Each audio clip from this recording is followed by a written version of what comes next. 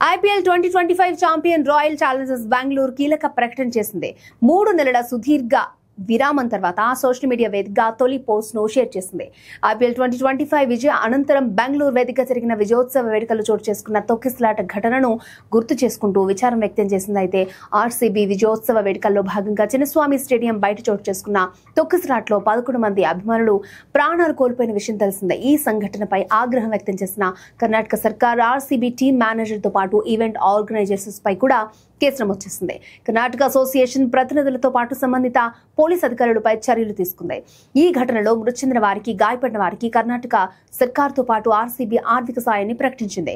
మరింత ఆర్థిక సాయం చేసేందుకు RCB కేర్స్ ద్వారా ఫండ్ రైజింగ్ క్యాంపెయిన్ నిర్వహించింది.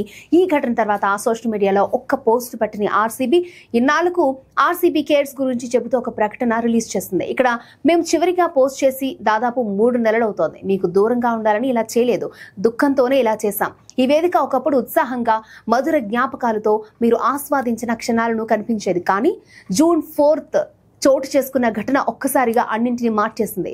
ఆ దురదృష్టకర ఘటన మా గుండెలను ముక్కలు చేసింది. ఆ బాధను భరించేందుకే మేము ఇన్నాళ్ళు మౌనంగా ఉన్నాం.